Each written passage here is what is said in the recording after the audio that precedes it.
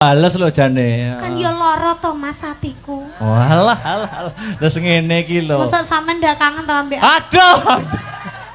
Aduh. Sik to. Kayak iki niken. Nah, terima kasih banyak. Ini acaranya kalau boleh tahu Bersih dusun. bersih desa, bersih dusun. Ya. Didoakan dulu buat semua dusun Wonorejo khususnya warga Kediri dan sekitarnya. Terima kasih banyak karena sudah mau hadir di malam hari ini. Tumplek-blek sekali nih Mas penontonnya. Nggih ta, Dik? Iya, sampai teko mburi kono jajal sampean malik. Lah ya akeh. Ora ketok malikmu ngono, ketok bokongku malian. Lah iya, sakmono ya wong tok ya. Iya nek sing gawe barang. Ya ibu-ibu paling banyak. Ibu-ibu paling banyak Mas Akbar. Ya didoakan semoga sehat semuanya. Panjang yuswanipun. Mugi-mugi rezekine kathah barokah, turah-turah, ora lokaning malah kebak. Mugi-mugi ibu-ibu sedanten teng mriki sageta nimbali wayangan piyambak-piyambak. Loh, Mas, niki teng desa sini itu di mana ini? Di Kepung. Di Kepung ini ada banyak acara, Mas. Oh, ning sak kecamatan Kepung. Malam hari ini wayangan. Ya toh? Dek wingi elektun ini bolak-balik. Soalnya akeh wong do rabi ning kene. Oh, usum wong rabi ya. Besok di tanggal 5 ada juga jaranan Mayangkara. Nggih. Bintang tamunya ini kan Salindri Mas, tenan nih. Oh. Bisa ditawakke ya Bu ya. Ya Bu ya. Delok ya Bu ya. Rumahmu dari sini jaraknya jauh atau dekat? Wah, dekat sekali. Hanya 1,5 jam. Ya adoh kuwi. Yo cedak kuwi Mas. Soalnya tak lakoni dengan ikhlas dan hati yang tulus, iku mesti cedak. Oh. Ngono lho sayang. Tiga. Ya sayang, kabarnya gimana sayang? Kangen lho mbek dirimu iki kangen lho. Iya. Piye Bu niki Bu? Nyapu topo babu-babu iki. Nyapa? Piye wah aku ngene iki mati gaya aku ngene iki. Enggak, mane Mas Akbar lek kadon jejer aku sing disang duduk raiku ae. Susune. Hei. Masalah iya. Iya. Lah wong sampeyan lho Mas Akbar ya wong dikangeni ya ndak paham sampeyan iki diceti tak ceti ngono ora gelem bales nyapa to jane. Ya bales lho jane. Kan ya lara to Mas atiku. Walah. Terus ngene iki lho. Mosok sampeyan ndak kangen to ambek Aduh. Sik to. Kayak iki niken iki VC aku. Lah wong aku pas latihan kayak pas latihan nyapa jane. Ya jane. mbok aja diomongne ngono iki aku kan malu to malian. Terus VC terus mari ngono ditolak kan malu to aku ngono kuwi malen. Kayak rumangsane aku cewek murahan terus VC ditolak ngono kae kan. Emang gue cewek apaan? Luar biasa iki lho. Matur nuwun karo Pak Kasun. Iya, terima kasih banyak buat Pak Kasun, Ibu Kasun, Bapak RT, Bapak Lurah, Ketua Panitia, Bapak Kapolsek itu, semuanya terima kasih juga sudah hadir semua Mas hari ini tuh lengkap sekali ya. Oh iya. Iya, begitu. Ngene aku ndeloki statusmu WA anu. Sampeyan semakin kesini semakin naik daun ya ta? Amin. Semakin naik daun. Dadi iki delok statusmu tok iki jadwale padat iki aku delok statusmu tok iki wis kesel.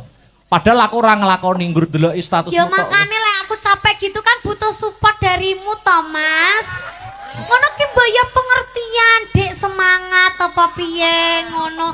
Ndak dirimu pane dirimu tok sing pas main ngono sing nyemangati aku. Ngono lek aku sing main ngono ndak disemangati. Aja demeki kene lho. Lah nyapa ndi sing ndi? Kowe demeki pipiku sing obah duduk pipi lho. Nanti. Mbok kaya enek mak klepok. Aku delok dong. Hei. Wes rusak lan tadi datang sini jam berapa? Aku tadi datang ke sini jam pinten nggih Bu? Wow nggih. Oh jam maghrib engko wau maghrib. Napa? Sak bibare maghrib. Oh, sak bibare Nggih, maghrib. jam 10-an wau. Wah. Sik to, aku ki tanya umurmu piro to jane? Umurku berapa ya kira-kira? Heeh. Mas Akbar berapa? Aku 22. Oh, aku 21. Alah, kok modelnya dipas-pasne ngono kuwi lho. Tekon tenan. Umure piro? Aku 21. 21 tenan ora. Ndak kemarin aku 15 tahun. Bayo. Sekarang 16. Nganu Mas. Piye? Satu hari umurku bertambah. Oh, lah umur 16 koyok ngene itu terus sok nek kuliah ora mangan dosene. Ya lek desane klem dipangan ya iya. Sadurunge mangan dosen mangan aku sik. Wah, apa kok Mas Akbar ki apa kok? Gemes aku. Kediri ki gone seniman, Dik. Heeh. Padang terus. seniman. Bahkan kemarin aku mendengarkan HUT Kediri itu wayangan 3 hari katane. Wow. Denger. Kowe iki nyapo? Loh kan yo kaget loh Mas Oh, Kediri iya. loh Kediri loh iso 3 hari wayangan ya. Full itu 24 jam. Ya. Wah. Dulu itu ada sinden dari Kediri yang terkenal zaman dulu. Wow. Siapakah itu? Namane Bunyi Kartini Sabdose. Kowe iki nyapa kok? Ora tak apa-apane. Siapa Mas jenenge Mas? Bunyi Kartini Sabdose. Punya Arkini Sabdose. Kartini. Iya Kartini. Kartini Sabdose. Itu dulu itu muridnya Pak Narto Sabdo. Oh. Itu terus? sudah melanglang buana. Nggih. Bahkan itu namanya sinden dari Kediri muridnya Ki Narto Sabdo, ya toh. Jadi begitu. kondange Bu Kartini Sabdose kuwi mergo srawung karo dalang-dalang. Sering kumpul dalang-dalang Pak Narto Sabdo, Terus? Mbah Panut Nganjuk. Terus? Mula sampean nek pengen saya melejit sering kumpul aku. Mas ngene Mas. Piye? Wong aku lo biasane lecetan mbek sampean. Heeh. Mas di mana? Ngono sik repot ngono. Lah terus piye lek ku kumpul ya kok iso. Wong ben dicetok sik sibuk, sik repot. Ngene lho, Oh Dik. iki kok gayamu ki lek pas dalang ngene iki dolan mbek aku ngene. Nggo bareng dicet lho Mas ndak respon belas. Tenan. Ora, ngene lho, aku ki nek nggur ning Aku chat. mendingi cetan karo Kolil ka. Chatan karo sapa? Kolil. Sama bapakku to. Bapak tercinta ya. Ora ngono ne Dik Niken. Aku ki nek nggur chat tok, iki kadang-kadang ki nggur linu tok ngono tok. Dadi ki Lah chatku ki piye kok iso linu kabeh lho. ora maksudnya ki nek nggur kakean rencana kakean anu iki kadang-kadang tidak terrealisasi ngono lho. Malah kadang-kadang sing dadak ngono kuwi malah iso dolan-dolan ayo butuh dolan ngono. Mau didadak aku nek sering ning Solo no. Yo ngono kuwi nyusul ning Solo. Emang mau disusul ning kono enek nganune ae. Ora enek. Ora enek ya. Ora enek ya. Heeh. Nembang aku kangen suaramu. Kangen suarane apa kangen wonge? Ya sekabehane ya to. Lek kabeh ora disangoni. Alah, ya kan sangu ora kudu duit. Aku lho ndek iki ulang tahun lho Mas Ramo kado piye kok masuke? Lah aku nek wingi bar lulus anu kok ya ora mbok kado, bar lulus kuliah. Tak kado buket no. Buket apa bareng tak buka? Lah buket sempak kemamel sing napani genapa kali lah ya. Sik to jelas. wingko salah kirim wingko. Ora Mas. Wah buket kok tak buka isine sotek no. Yang ada sayapnya. Ya sing penting kan kayak hadiah to. Oh, lah mosok arep tak nggo apa? Masker. Oh, ngono. Corona ra doyan kuwi. Gila iki lho, maskeran sotek iki lho kok iso ki dicantol endi ora pliket kabeh iki. Oh guys. Nembang. Bowo, warga kene yang ditunggu suaramu dan aku pun juga yang menunggu suaramu. Alah Mas Akbar kita berpelukan dulu dong. Berpelukan. Halah ngene iki isin-isin kok lek wis ning isor panggung, Dek Niken. Mosok aku ngono kowe. Ya ngene iki karo kudu jaga wibawa, jaim. Nek ning jero ruang wong loro ya beda. Tak jleng. Aya, nembang Dik. Apa bawa ya apa ya? Apa Pak? Sinden bocah. Oh, Mbah Sukron ngene. Ana sinden tung. Entuk.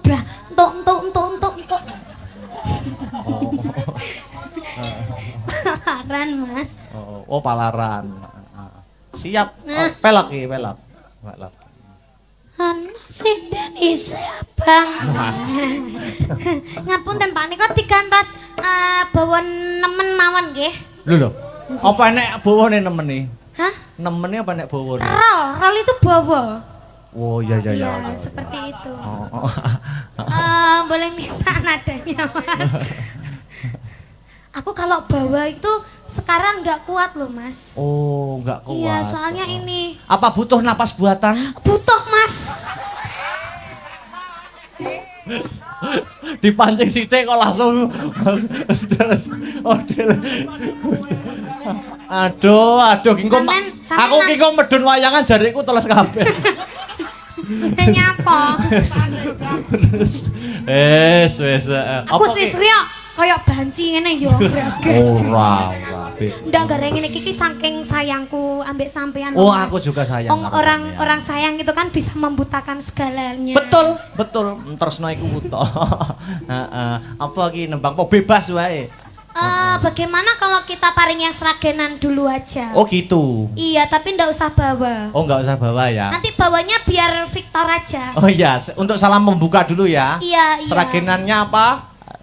Boleh Wisatresna aja, boleh. Wisatresna. Oh, tadi sudah ya? Oh, belum.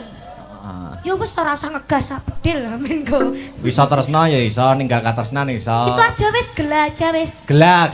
Lali janjinya aja wis. Mas, apa gela wis, Mas? Gela. Weh. Oh, pasti nanti Jenengan kok yo update, Mbah.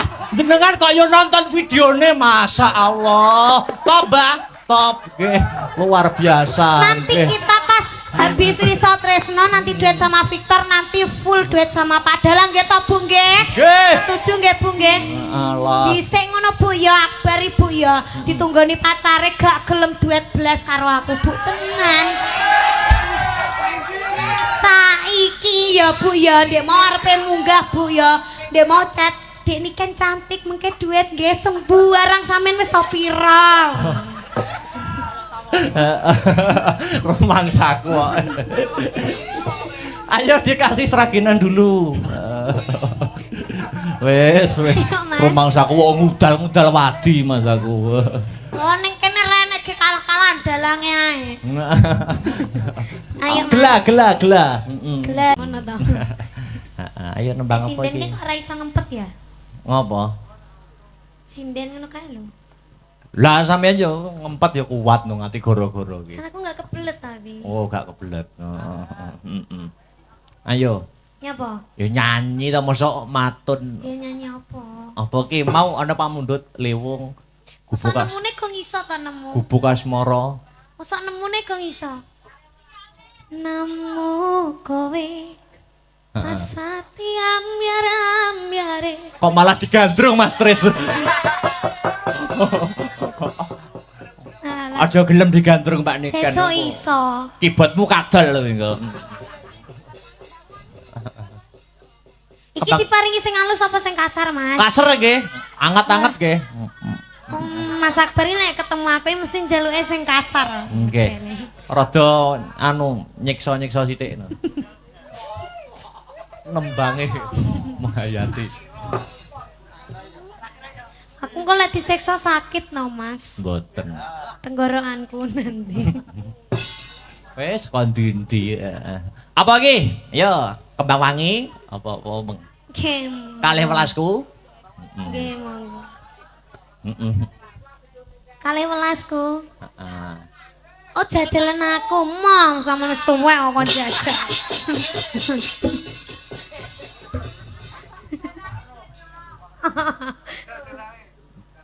Jangan nodai keperjakaanku.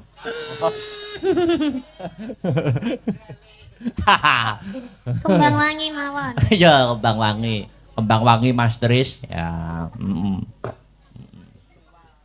Kembang wangi, engko kleru kembang boreh. Mila, wong dangdutan iso nggih catetan barang. Lho niku notasi. Kaya jineman ngono kaya ya. Gong pira ngoten niku dhewe. Oh, tukang kecer kadang sing goleki nada. Ya. Kembang wangi, oke.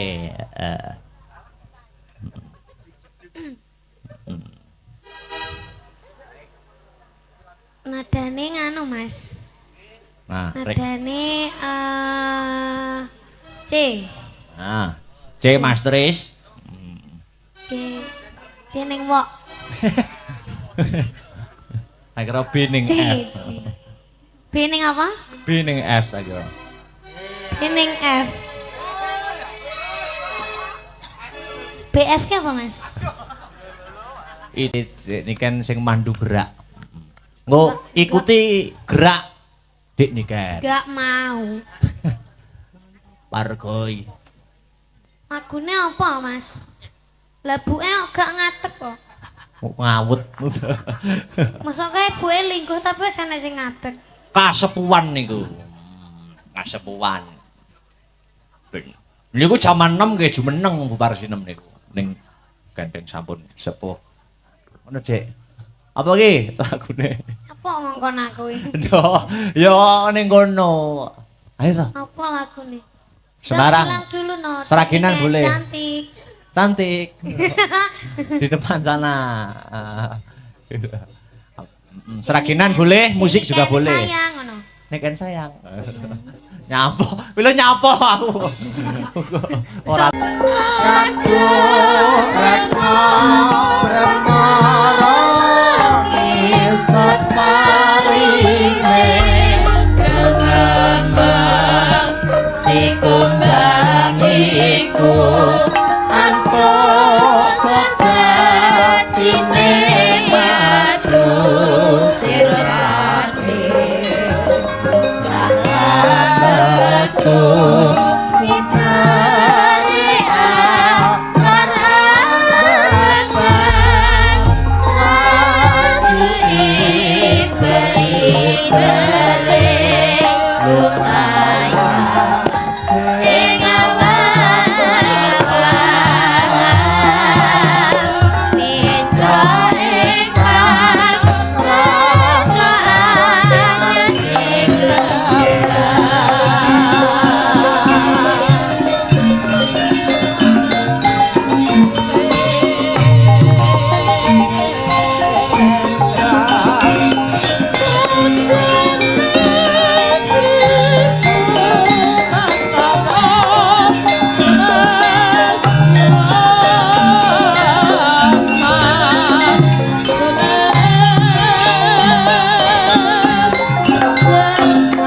dados niki mengke para Pandhawa badhe nganakaken wujudipun sesaji Raja Suya, Gus.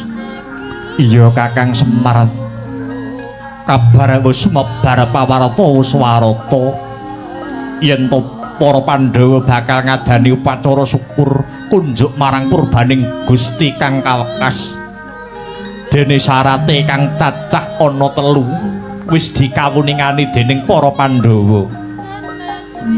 Dina sak mengko Harjuna Kakang Mas Werkudara dalasan Kaka Prabu ing Dwarawati tinang gendah ngupadi syarat angka 3. Ya kuwi tumbal Ratu Angkara Murka. Mula dina sak mengko Panakawan ayo ndak kanthi tumujuaning Praja Magadha kanggo srana hanjanggepi syarat sarana lumadining sesaji Raja Suya iki, Kakang.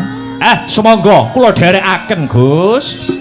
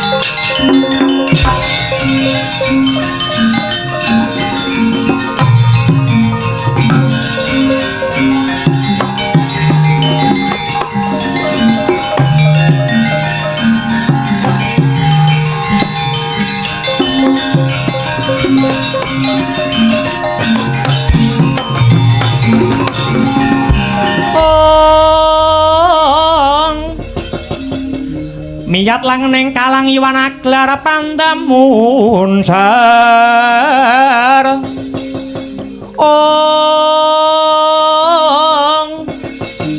tinon ler kekonang surem sorote tan padang kasor lan pajaring purnameng gegono dasare mangsa katiga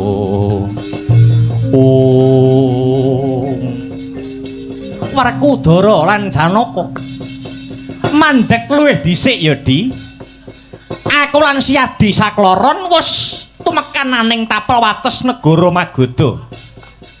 Ana ngarep iki ana wujuding gunung kang ingaranan Gunung Setyaka. Nanging ing kene sing tak rembug dudu perkara gununge nanging sawangen ana dhuwuring gunung kae ana tambur kae jenenge tambur Kyai Gurnita. Apa tambur Kyai Gurnita mau bebayani mangkene ya Di sapa wae kang wani mlebu ana negara Magoda waton wong kuwi saka njaban rangkah tambur kae bakale muni dhewe tanpa tinabuh Werkudara. Kok iso mangkono larah-larahe kepiye? Mbiyen negara kene ratune jejuluk Prabu Bryudrata. Prabu Bryudrata kagungan garwa loro kang sesilih Retnadi lan Retnadati. 10 taun anggone omah-omah nanging durung pinaringan putra. Bingung bilung-lungan penggalihe Prabu Bryudrata wekasan mentar saka Praja Magoda. Saperlu teteki Brata mapan ana madyaning alas. Saka wanter nggenya Semedi tumedhak dewa saka kayangan Sidik pangudal-udal pukulun Bathara Narada. Maringi wujuding woh-wohan saka kahyangan kang denarani pelem pertangga jiwa. Karepe para Jawata pelem mau kena kinarya sarana garwane Prabu Bryudrata bisa anggar bini.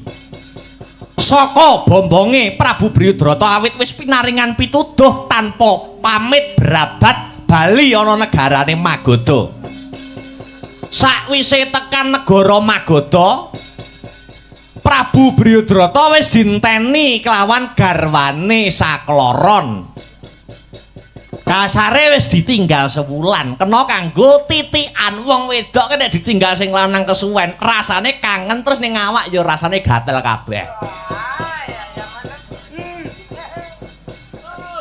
Ngerti sing lanang bojo loro ngenteni ndek ngarep lawang, sijine lawang sisih kiwa, sijine lawang sisih tengen. Ngono rita anggur nganggo daster, jero daster blas ra gawe apa-apa lho. Monggo dastere semrawang ngono kae. Gek semune rada digrujuk banyu.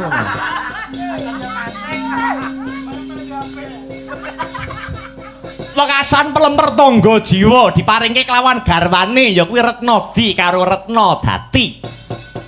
Bayangno peleme nggur siji dinggo royokan bojo loro iki. Satemah pelem disigar brak dadi loro, siji diwenehke mbok wek, siji diwenehke mbok nom. Bar mangan pelem langsung nggarbini ya kuwi 9 wulan 10 dina. Mekaten Kakang Prabu ya bojo loro meteng bareng 9 wulan 10 dina sak banjure bayu mau lair saka garwa kekarone. Nanging wujute separo-separo ora sak lumrahe manungsa. Rumangsa lingsem utawa isin rasane Prabu Bryudrata ing ngatasé Ratu Gung Binetara duweni anak sing wujude separo-separo. Bayi mau banjur dibuang ana tengah alas. Bayi mau ditemu karo wewe wedok sing jenenge Nyai Joro. Bayi mau rinumpaka kelawan Nyai Joro, bayi separo-separo digathukke plek dadi siji, dadi manungsa lumrah. Njur karo Nyai Joro, bayi mau diparingi tetenger, Joko Slewah ya Joro Sando. Wiwit cilik Joro Sando ora tau srawung karo menungsa, ning srawunge karo bangsaning Satuwana. Simo, Banteng, Srenggala lan sapanunggalane. Mula ora mokal patrape Joro Sando kae wengis amarga wiwit cilik srawunge mung karo kewan. Nuju sawijining dina Joro Sando mau takon karo Nyai Joro, "Mbok, sak temene iki wong tuaku sapa?" Diwangsuli karo Nyai Joro, "Kowe kuwi anake Prabu Bryudrata, Ratu Negara Magoda, nanging kowe dibuang ana alas kene." Krungu dedongengane Nyai Joro muntap si Joro Sando. Nganti nglabrak tumuju ning negara Magoda. Ketemu karo bapakne. Joro Sando ora gelem nyembah, ora gelem basa, malah ngangkat wujuding pedang ligan. Ndase bapake dibabat nganti tugetel, mati Prabu Bryudrata. Ora tekan semono. Kulite bapake dibeset-beset, kulite dadekke tambur, ya dadene tambur Kyai Gurnita kae. Mula yen ana pawongan sing liwat sak kiwa tengening kene, tambur kae muni dhewe. Upama bisa tata jalma manungsa, Prabu Bryudrata kae kepengin sampurna nyawane. Amarga sukmane isih nglambrang durung bisa bali marang mula-mulanira. Lajeng kados pundi serananipun supados Prabu Bryudrata saged kasampurnakaken suksmanipun Ka Prabu? Janaka saged sanget boten negakaken panandhangipun Prabu Bryudrata kala wau Ka Prabu. Tibanana jemparing jebolen tambur kae. Kareben sampurna manjing ana kasuwargan jati sukmane Prabu Bryudrata.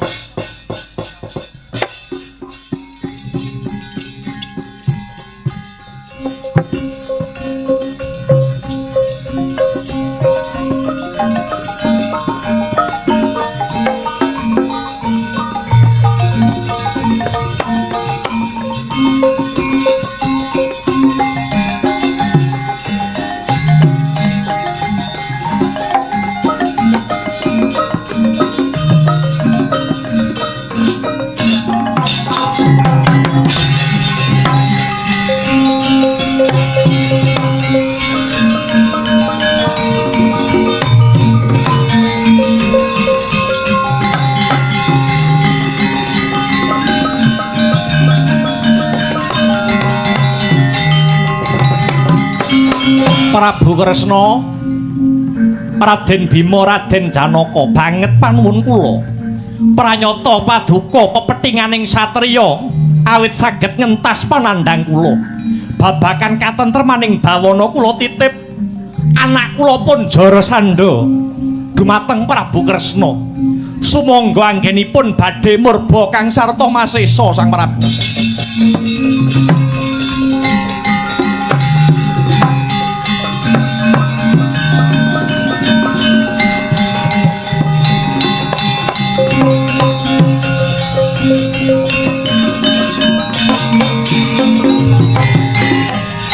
Sampun sampurna sukmanipun Prabu Bryudrata. Ya Dimas, ayo enggal nutuke laku. Sadurunge mbacut si Adi Saklara entak kanthi anamur laku dadi Brahmana. Amarga sak wengis-wengise Dara Sando isih ana becike. Ya kuwi ngajeni marang sipating Brahmana. Pun Kakang bakal salin tetenger ya kuwi peparab Begawan Kesawa. Aku uga salin jeneng peparab Begawan Jayalaga. Kula peparab Begawan Kumbang ali-ali. Bagus. Ayo enggal lono lumaku.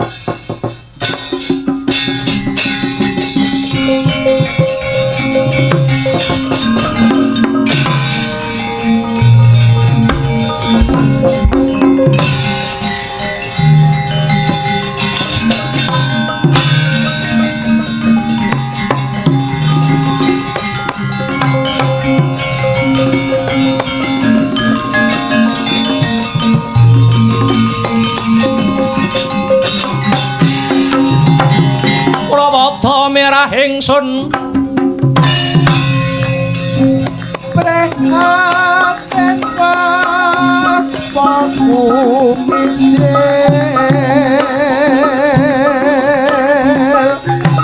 tuku dahan tanpa karya sakang rinemakan Gusti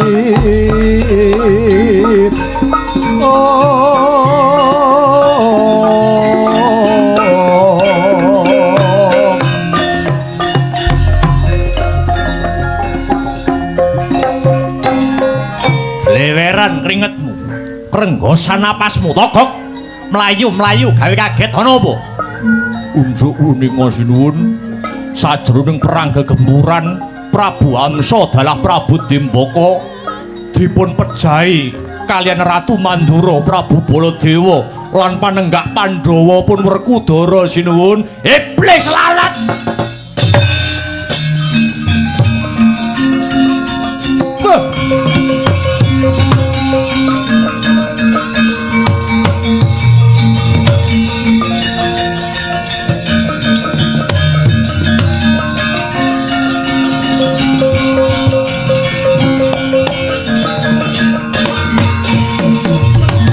malaning ngerak leketeking jagat gelag-gelahing pumaswaning jajalan sukertaning bawana kekuatan satria tanah Jorakna sinangga gampang kamangka mau bengi Jarasandha ngimpi kang kurang prayoga tinemune jebul Hamsa Dimbaka sing tak anggep tangan tengen lan kiwaku wis pepes tok kula wonten dawuh goleke juru nujum sak magata klumpuke sendika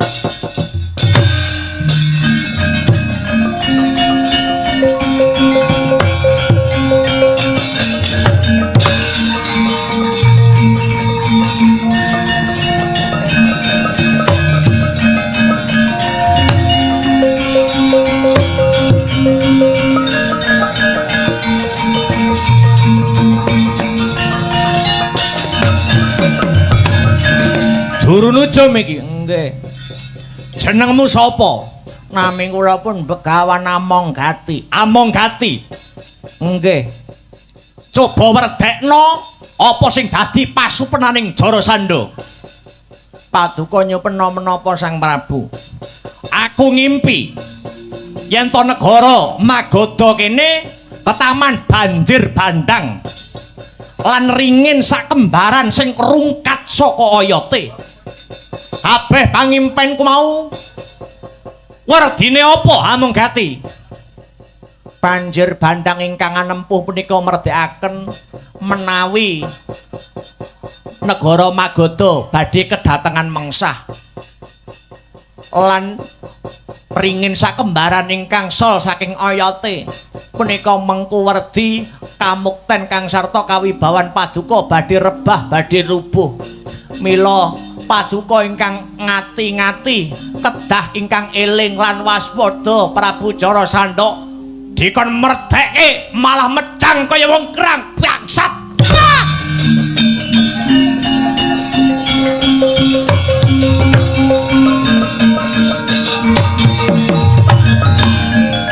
Golek meneh. Nggih.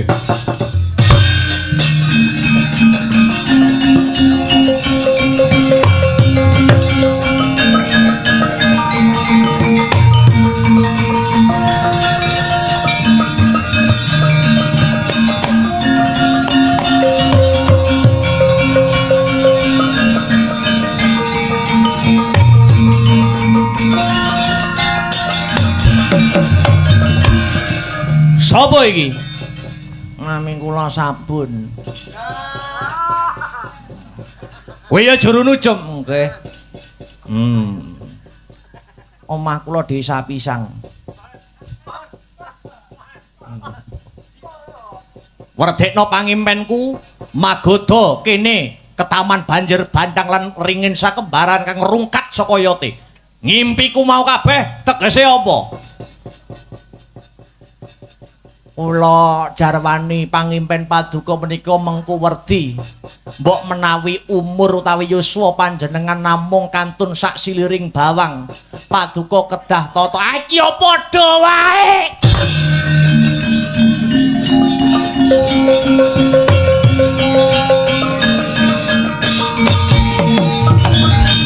Isih ana ora?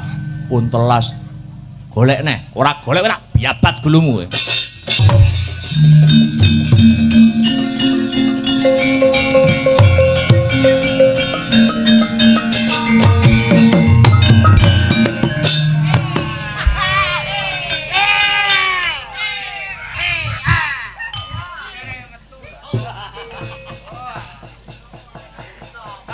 Aku ngimpi negara Magoda kene kedatengan banjir bandang.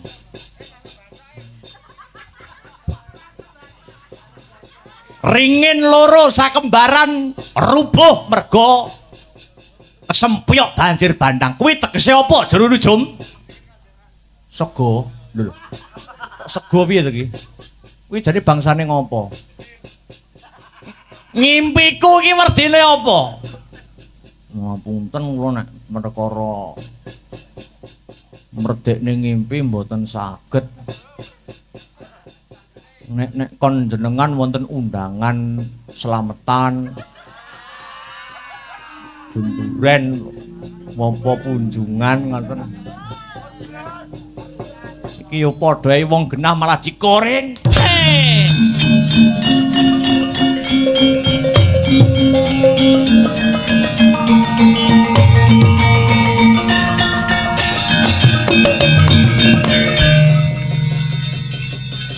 Piye? Mbok pendem bathange? Mboten. Ora usah, pakake kirik wae. Golek neh sing pungkasan.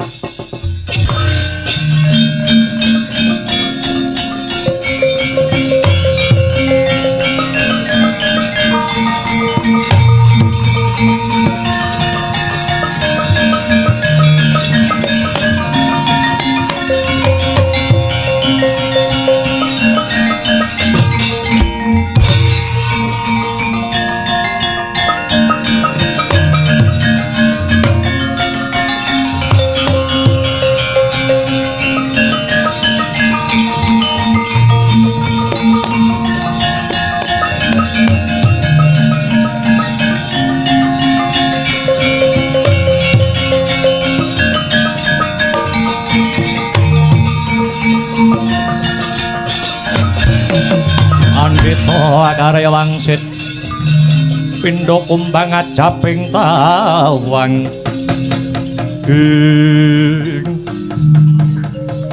iki ana brahmana cacah 3 mara gage tepungna sapa peparape brahmana katelune Sudyamastani Sang Prabu peparapku Begawan Kesawa sing gagah gedhe dhuwur. Aku Begawan Jayalaga. Kula Begawan Kumbang Ali-ali. Mapan kebeneran. Jarasandha bubar wae nyempena mbok menawa kraton Magoda kene ketaman banjir bandang. Banjir bandang iku Hanjalari wit paringin sakembaran rungkat saka hayate. Kira-kira pasupenan kuwi iki mengku surasa sing kepiye mara gage jlentrehna. Jlentrehna tanpa rasa rigoh lan pekewuh panemban. Sumrupa Sang Prabu. Banjir bandang mengku werdi bebaya. Paringin sakembaran kang ambruk mratelakake adeking Nalendra mila Sang Prabu. Mumpung dereng kedlarung monggo kula kanthi manembah manungku puja mring purbaning kang kawasa. Nyuwun sewu. Paduka Sang Prabu ingkang badhe ngadani wujuding sesaji kala ludra nyembelih ratu cacah 100 negara. Kula aturi murungaken. Nanging awit sedaya kala wau boten badhe kasembadan ning malah nggelak mangsa mbujung wanci rebaing kawibawan paduka dados Nalendra. Setan kowe.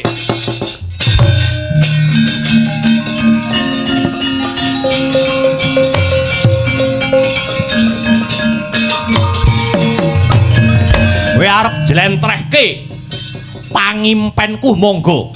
Ning aja pisan-pisan kowe nyenggol babakan Kala Ludra. Merga kuwi kapitayanku. Tresmak bathok mata mlorok ora ndedelok. Jebul yen mu ngugemi kapitayanmu babar pisan ora nglandhepke kawaskitanmu. Jarasandha. Sejatine aku dudu Brahmana, aku Ratu Ndrawati Prabu Kresna. Pamonging Pandhawa. Dene ana mburiku iki panenggak Pandhawa Werkudara lan panengah Pandhawa Si Arjuna. Ayo arep apa kowe? Ya.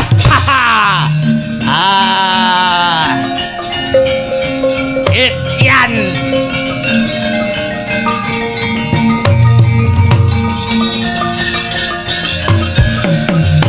Bojleng-bojleng iblis laknat padha kekucekan. Iwak kecemplung wuwu tange bisaning mlayu. Ayo keroyokan Jarasandha. Ora watak satriya tanah Jawa main keroyokan. Pilihan siji ngantarane wong telu iki. Sing gedhe dur kon ngadepi aku Werkudara. Kowe sing dipilih Yayi. Metu tak blingkat nyawane.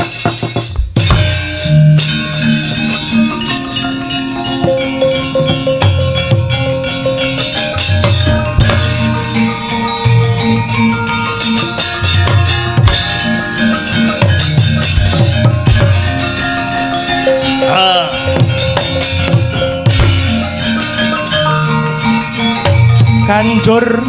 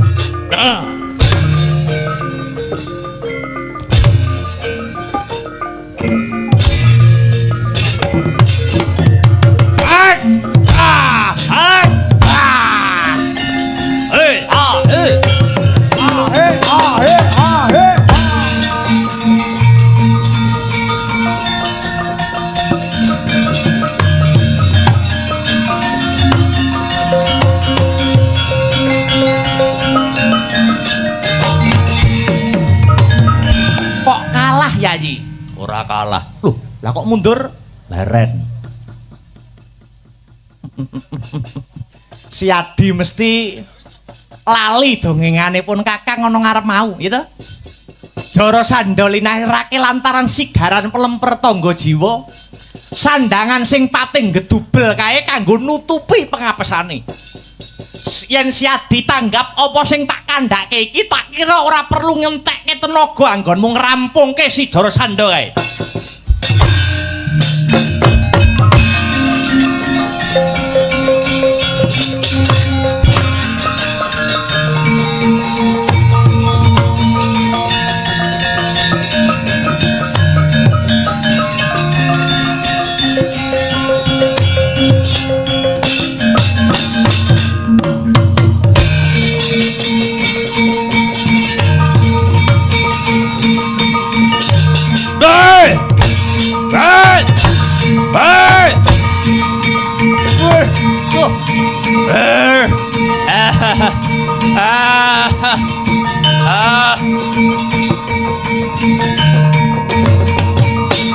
Noyah nayuh Baskara Titi mangsa dupemut pring pengapesaning Sang Jarasandha risang Werkudara ngetok karo san kang pungkasan giya kadengkek bangkeane dadi lan patine sirna Sang Jarasandha.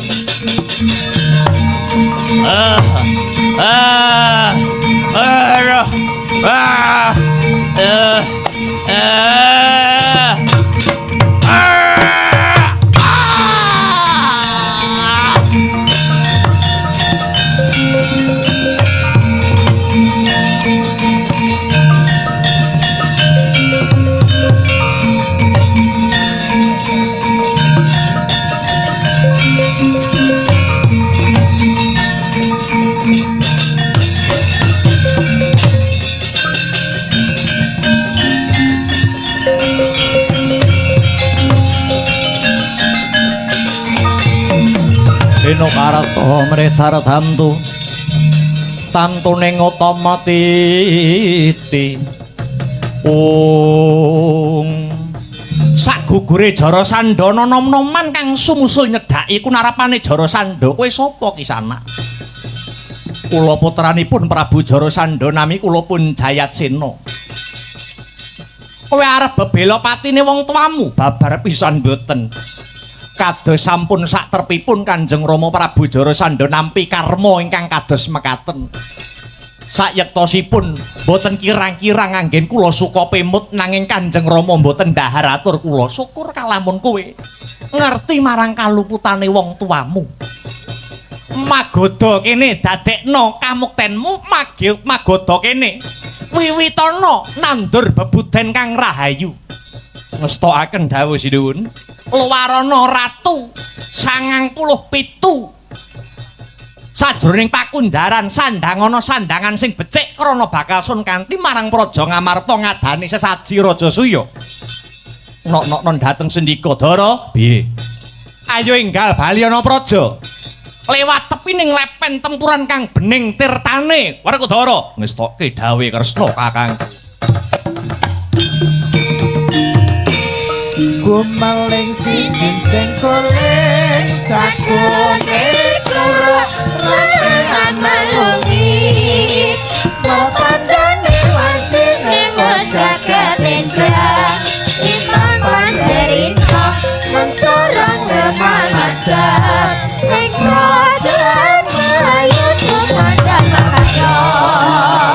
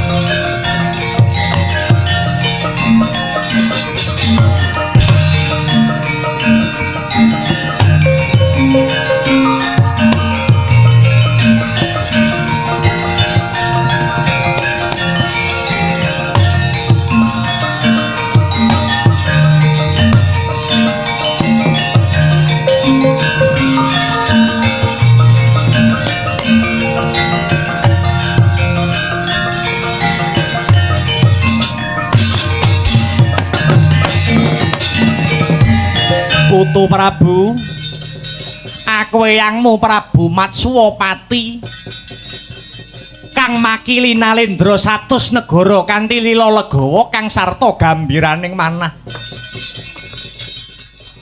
Wis nedya nyembadani undangan anggone para Pandhawa ngadani upacara syukur saji Raja Suya. Poneyang uga mangkono Putu Prabu. Poneyang ing Talkanda makili para Brahmana 7 wis sawega ngidung suci mantra rahayu. Tandha tarima kasih mring purbaning Gusti Kang Maha Nasa. Ayo mara gage enggal diwiwiti adicara sesaji Raja Suya iki, Ngger.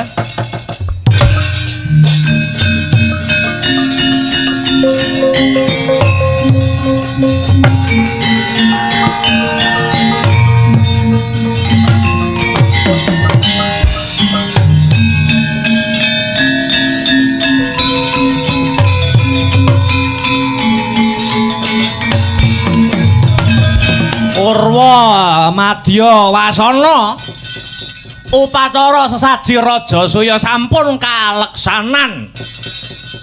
Pramila saking menika dulur Pandhawa dipun sekseni sesarengan nggih.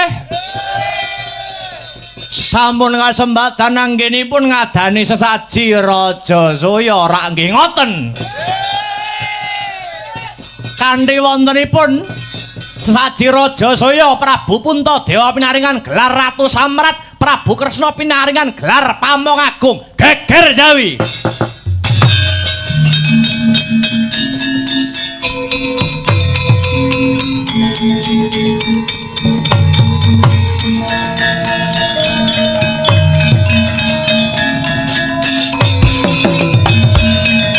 dipun tepangaken kula Ratu Cedi Prabu Supala. Kula mboten sarujuk wontenipun sesaji raja saya menika. Prabu Puntadewa diparingi gelar Ratu Samrat, Ratu Agung. Sing agung niku napane? Ratu kelemar-kelemar kaya laler apa maneh Prabu Kresna. Dinobatke dadi Pamong Agung. Wah, saya gembelo ndase. Kresna kok Pamong Agung, mantan maling, mantan gento, dikira Supala ora ngerti sejarahe Ratu Ndwarawati. Begal rampok kecu titir kidul Narayana, titir lor malinge ya Narayana. Kaya ngono kok Pamong Agung.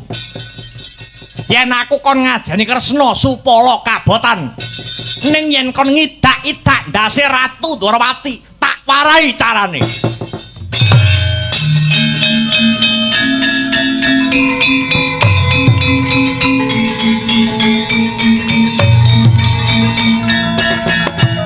Eleng-eleng Prabu Kresna titise Sang Hyang Wisnu.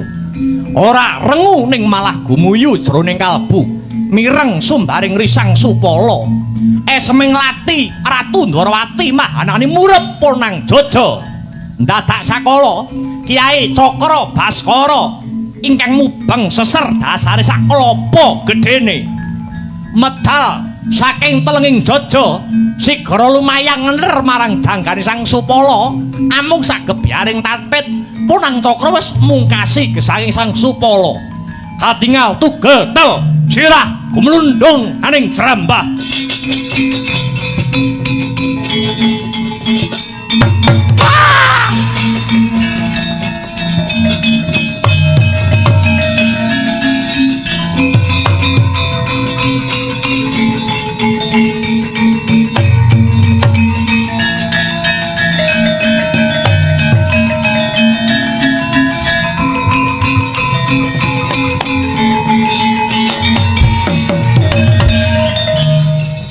Ngaturaken pangapunten kang wayah nyuwun pangapunten menawi damel gugup garagapan ingkang sami lenggah. Ora dadi pangapa Kresna, aku wis ngerti sejarahe Supala pancen kodrate kudu mati ana tanganmu. Sing luwih wigati sesaji raja saya iki wis bisa kasembadan kagelar. Nuwun inggih Kanjeng Eyang. Inggih kula nggih tumut nyekseni. Sing becik dadya patuladan kang ala kagiles anut lakuning jaman. Lelakon Pandhawa Syukur Saratri kenging kinarya kaca benggala. Sak beja-bejaning jalma manungsa ya kuwi manungsa sing sabar lan narima sarta tansah ngegongaken ing raos syukur ndara paripurna.